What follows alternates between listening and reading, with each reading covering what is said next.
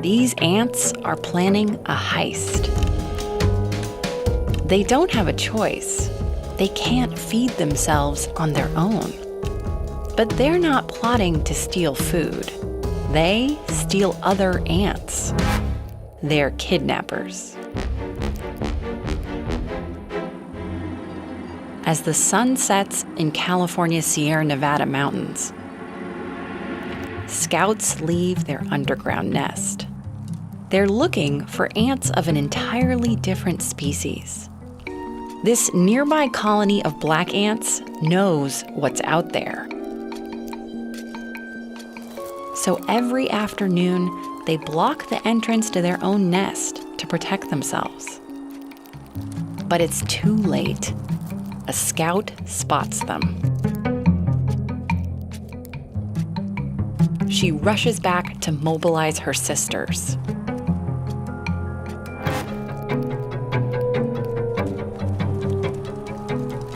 They charge out across the forest floor. It's a raid. The black ants try to defend themselves from the onslaught, but it's not enough. They're overwhelmed, panicked. The raiders start digging.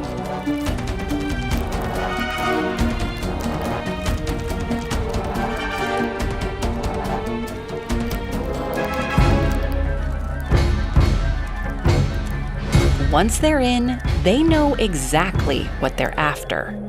The most prized possession ants have. They're young. Those white things are pupae, the developing juveniles. The kidnappers use their pointy, oversized mandibles to snatch them up and haul the young back to their nest.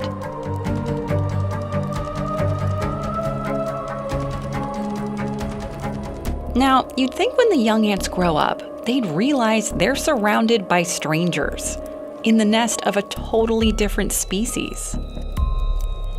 But ants don't really recognize each other by sight. They use smell.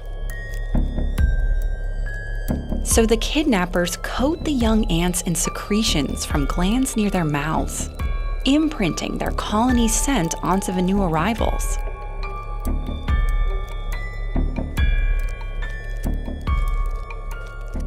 As they grow up, the young black ants think they're at home with their own family. They have no idea. So the newly enslaved ants just get to work, leaving the nest to forage for food for their captors.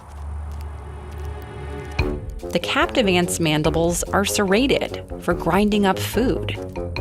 The kidnappers' jaws are really only good for one thing: grabbing young ants. They can't even chew their own food. So the kidnappers get their captives to regurgitate food right into their mouths, kind of like a pre-made smoothie. It's called trophallaxis. The captive ants do pretty much all the work in the colony, like keeping up the nest and looking after the young.